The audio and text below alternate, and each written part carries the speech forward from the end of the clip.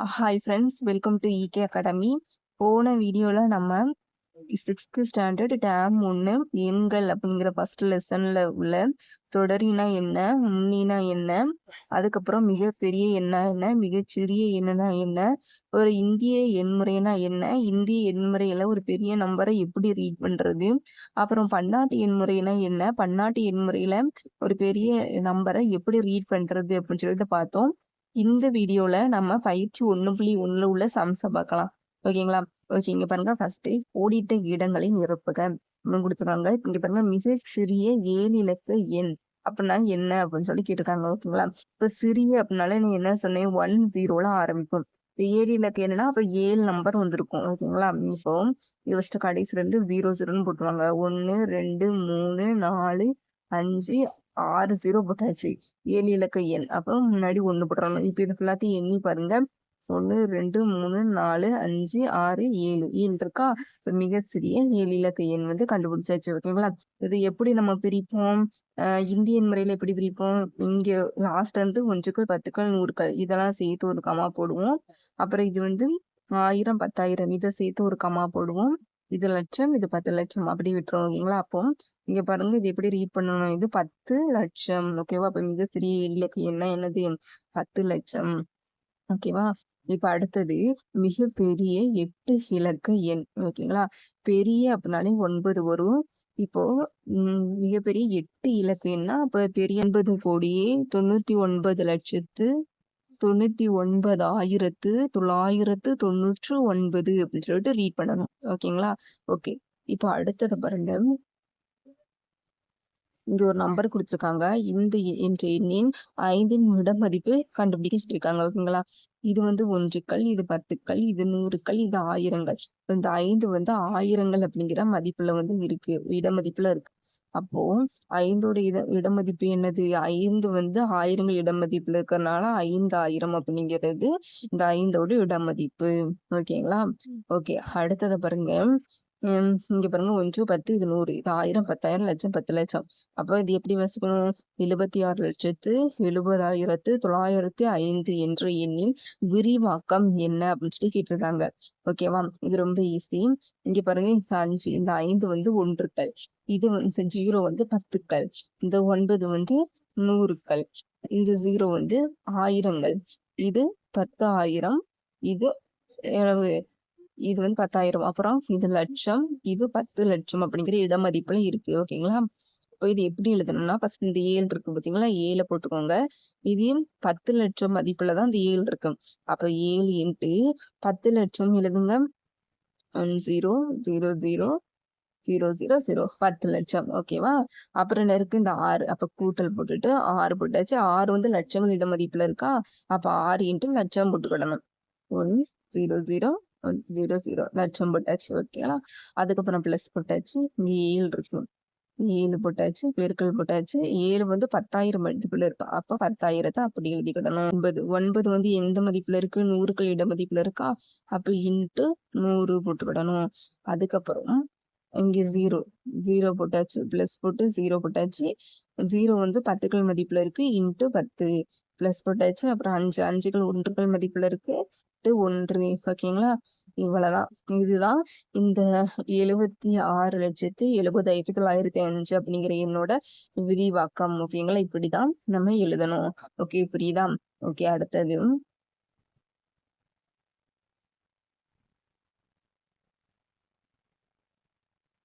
சரியா தவறா என கூறுக. இங்க பாருங்க, ஓரிலக்க எண்ணின் தொடரி எப்போதும் ஓரிலக்க எண் ஆகும் அப்படின்னு சொல்லி கொடுத்துருக்காங்க. இப்போ ஓரிலக்க எண் அப்படின்னா என்ன?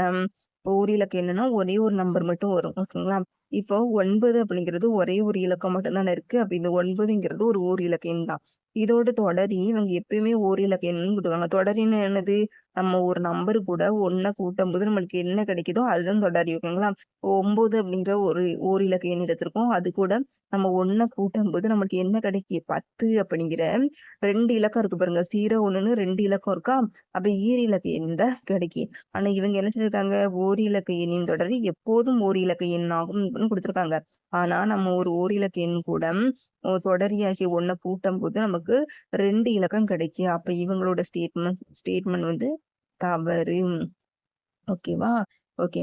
இப்ப அடுத்தது மூவிலக்க எண்ணின் முன்னே எப்போதும் 3 அல்லது 4 இலக்க எண்ணாகும் அப்படின்னு சொல்லி குடுத்துருக்காங்க. இப்போ மூவிலக்க எண்ணு எடுத்துக்கிடுவோமா? இப்போ வந்து 100 அப்படிங்கிறது ஒரு மூவிலக்க எண் தான். ஓகேங்களா? இங்க 1, 2, 3 3 இலக்கம் இருக்கு. முன்னினா என்ன பண்ணணும்? இந்த நம்பர்ல இருந்து 1 மைனஸ் பண்ணணும். ஓகேங்களா? கழிக்கணும். அப்படி கழிக்கும்போது நம்மளுக்கு என்ன கிடைக்கும்? 99 அப்படிங்கிற ஈரு இலக்க எண்ணு தானே கிடைக்கும். ஆனா இங்க 3 அல்லது 4 இலக்க எண் கிடைக்கும் அப்படின்னு சொல்லி குடுத்துருக்காங்க. நம்மளுக்கு கிடைச்சது 2டே 2 இலக்க எண் தான் கிடைச்சிருக்கு. அப்ப அதனால இந்த ஸ்டேட்மெண்ட்டும் தவறு. ஓகேவா?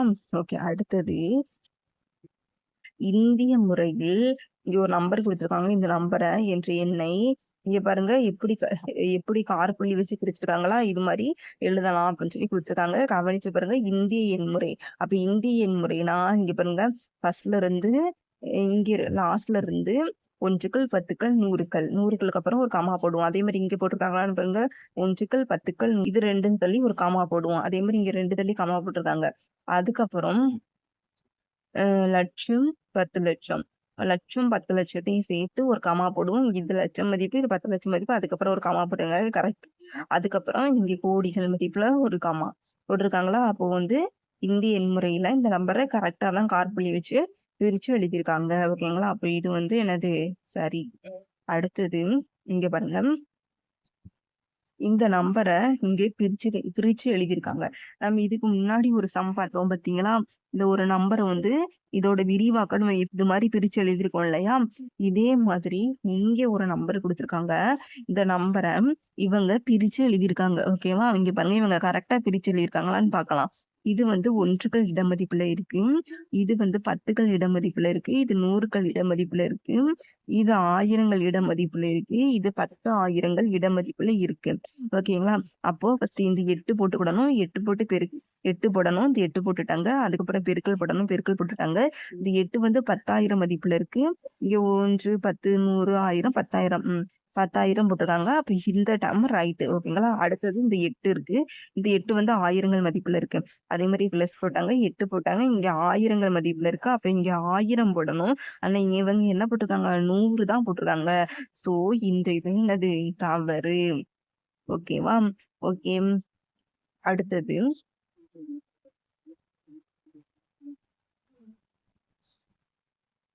இங்க பாருங்க. மிக சிறிய 6 இலக்க எண்களில் எத்தனை 10,000ங்கள் உள்ளன? அப்படின்னு சொல்லி கேட்டிருக்காங்க. ஓகேவா?